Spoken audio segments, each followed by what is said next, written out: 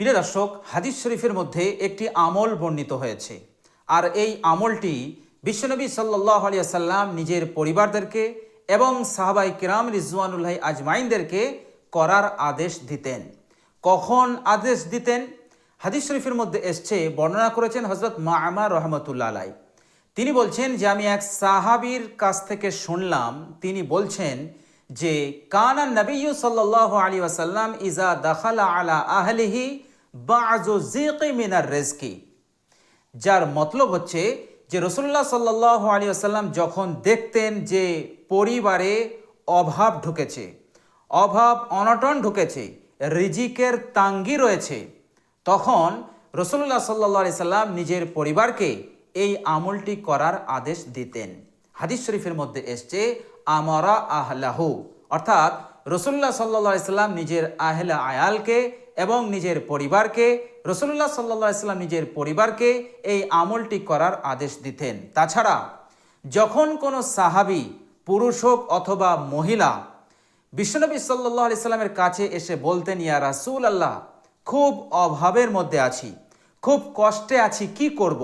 আল্লাহর নবী সাল্লাল্লাহু আলাইহি সাল্লাম তখন খাস করে এই আমলটি করার আদেশ দিতেন।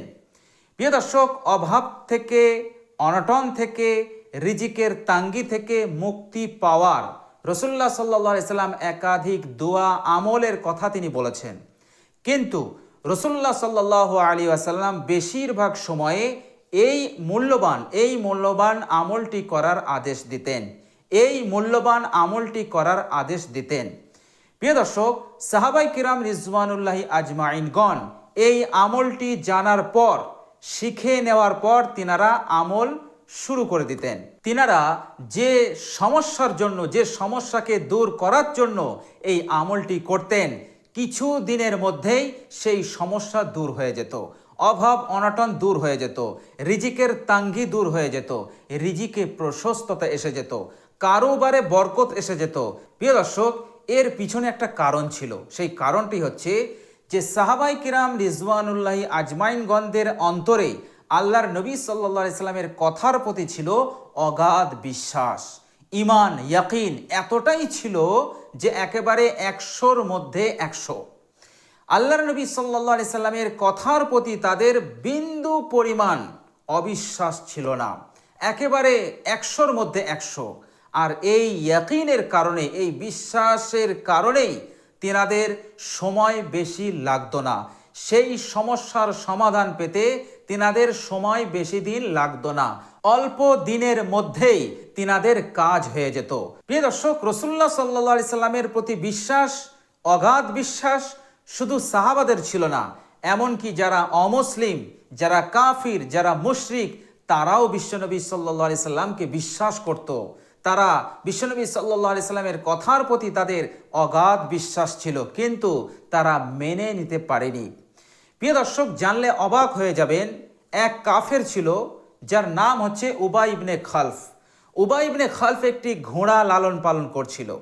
একদিন রাসূলুল্লাহ সাল্লাল্লাহু আলাইহি সাল্লামের কাছে এসে বলেছিলেন যে, হে মুহাম্মদ, এই যে ঘোড়াটি তুমি দেখছো, এই ঘোড়াটাকে আমি অতি যত্নে লালন পালন করছি, দামি দামি খাবার একে খাওয়াচ্ছি, আর এর উদ্দেশ্য হচ্ছে একদিন আমি এই ঘোড়ার ওপর সাওয়ার হয়ে তোমাকে হত্যা করব। বলুন নাউজুবিল্লাহ। আল্লাহর নবী সাল্লাল্লাহু আলাইহি সাল্লাম মুচকি হেসে বলেছিলেন, হে উবাই ইবনে খালফ, এটাও তো হতে পারে যে তোমার মৃত্যু আমার হাতেই হবে। এই কথাটি শোনার পর উবাই ইবনে খালফ কোনো কথা বলেনি, সে তখন ওই স্থান ত্যাগ করে চলে গিয়েছিল। যখন সময় এসেছিল, অর্থাৎ যুদ্ধের ময়দানে, উবাই ইবনে খালফ দেখল মুহাম্মদ সাল্লাল্লাহু আলাইহি সাল্লাম একা বসে আছে, হাতে কোনো অস্ত্র নেই, তলোয়ার নেই, আর তিনার সাথে মাত্র কয়েকজন সাহাবী বসে আছে। এই সুযোগে তাকে হত্যা করা যাবে, এই মনে করে সে তার সেই লালিত পালিত ঘোড়ার ওপরে সাওয়ার হয়ে নাঙ্গা তলোয়ার নিয়ে বীরের বেশে সে ছুটে আসছে রাসূলুল্লাহ সাল্লাল্লাহু আলাইহি সাল্লামকে হত্যা করবে বলে। সাহাবাই কিরাম রিজওয়ানুল্লাহি আজমাইনগণ বুঝতে পারলেন। সাহাবাই কিরাম রিজওয়ানুল্লাহি আজমাইনগণ আল্লাহর নবীকে বললেন, ইয়া রাসূলুল্লাহ, একবার অনুমতি দেন, ওই শয়তানকে আপনার কাছে আসার পূর্বেই আমরা তাকে জাহান্নামী বানিয়ে দেই। আল্লাহর নবী সাল্লাল্লাহু আলাইহি সাল্লাম বললেন, না, তোমরা থামো, ওকে আসতে দাও। যখন উবাই ইবনে খালফ একেবারে কাছাকাছি চলে এসেছে, তখন আল্লাহর নবী সাল্লাল্লাহু আলাইহি সাল্লাম কাছ থেকে একটি কাঁকর, সামান্য একটি কাঁকর ছুঁড়ে মেরেছিলেন, আর সেই কাঁকরটি উবাই ইবনে খালফের ঘাড়ে এসে লেগেছিল। উবাই ইবনে খালফ সঙ্গে সঙ্গে ঘোড়া থেকে পড়ে যায় এবং যন্ত্রণায় ছটফট করতে থাকে। এরপর তার সাথী বর্গরা এসে যখন উবাই ইবনে খালফকে নিয়ে যায়, উবাই ইবনে খালফ তখন যন্ত্রণায় বিকট চিৎকার করছে। তখন ওই সমস্ত তার সাথীরা উবাই ইবনে খালফকে বলতে লাগলো যে, তুমি একজন বাহাদুর হয়ে সামান্য একটি কাঁকরের আঘাত তুমি সহ্য করতে পারছো না? এ তো একটি শিশুকেও যদি মারা হতো তো তার কিছুই হতো না, আর তুমি একজন পালোয়ান বীর, তুমি এত ছটফট করছো, বাচ্চার মতন কান্নাকাটি করছো।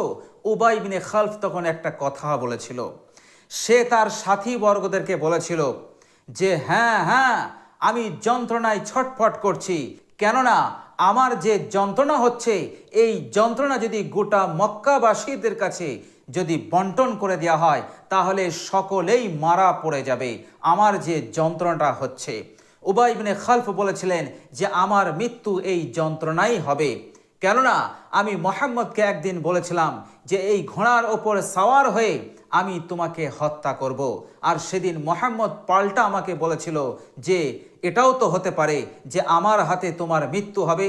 তো যেদিন মুহাম্মদ আমাকে বলেছিল, সেই দিন আমি বিশ্বাস করে নিয়েছিলাম যে আমার মৃত্যু মুহাম্মদের হাতেই হবে। বলুন সুবহানাল্লাহ। কাফের হয়েও তাদের অন্তরে বিশ্বনবী সাল্লাল্লাহু আলাইহি সাল্লামের কথার প্রতি ছিল অগাধ বিশ্বাস। তো প্রিয় দর্শক, এই বিশ্বাসটাই সাহাবায়ে কেরামদেরকে সমস্ত আমল, সমস্ত দোয়া, যে উপকারিতা, যে ফল তেনারা সঙ্গে সঙ্গে বা অল্প দিনেই তেনারা লাভ করতে পারতেন। বলুন সুবহানাল্লাহ। তো প্রিয় দর্শক, আমলটা খুবই শক্তিশালী এবং দুর্দান্ত আমল। এই আমলটা যদি আপনিও করেন, ইনশাআল্লাহ ইয়াকিনের সহিত, একদম আন্তরিকতার সহিত আল্লাহ সুবহানাহু ওয়া তাআলা আপনার অভাবকে, আপনার সংসারের যে রিজিকের তাঙ্গি আছে, আল্লাহ পাক অতি তাড়াতাড়ি দূর করে দেবেন। বিশ্বনবী সাল্লাল্লাহু আলাইহি সাল্লামের এই কথার প্রতি আস্থা রেখে আপনি এই আমলটা করতে থাকুন। প্রিয় দর্শক, বিশ্বনবী সাল্লাল্লাহু আলাইহি ওয়াসাল্লাম যা বলেছেন আল্লাহ পাকের হুকুমেই বলেছেন।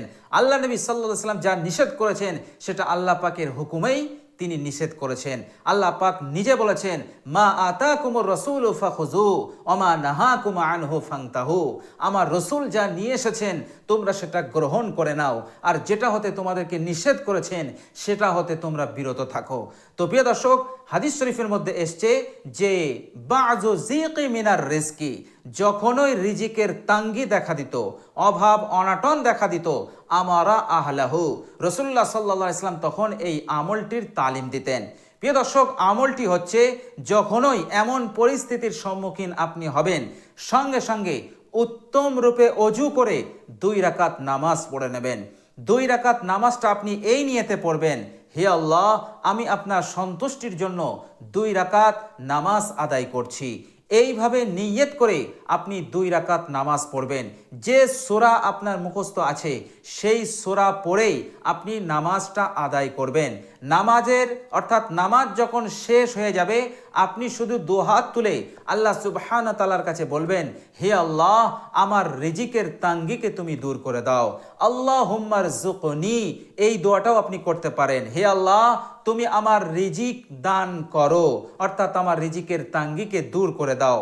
আল্লাহর নবী সাল্লাল্লাহু আলাইহি সাল্লামের বলে দেওয়া এই আমল এতটাই শক্তিশালী, এতটাই কার্যকর যে সাহাবায়ে কেরাম রিজওয়ানুল্লাহি আজমাইনগণ যখনই এই সমস্যার সম্মুখীন হতেন, সঙ্গে সঙ্গে তেনারা 2 রাকাত নামাজ আদায় করে নিতেন। তো প্রিয় দর্শক, আমরা সকলেই চেষ্টা করব, যখনই আমরা এই রকম সমস্যার সম্মুখীন হব, বিপদে পড়ব, তখন আমরা অজু করে 2 রাকাত নামাজ আদায় করে নেব।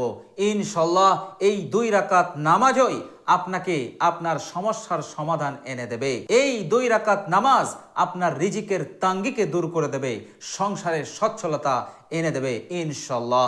তো প্রিয় দর্শক, খুবই সিম্পল এবং সহজ এই আমলটি করা। তো আমরা সকলেই চেষ্টা করব এই আমলটি করার ইনশাল্লাহ।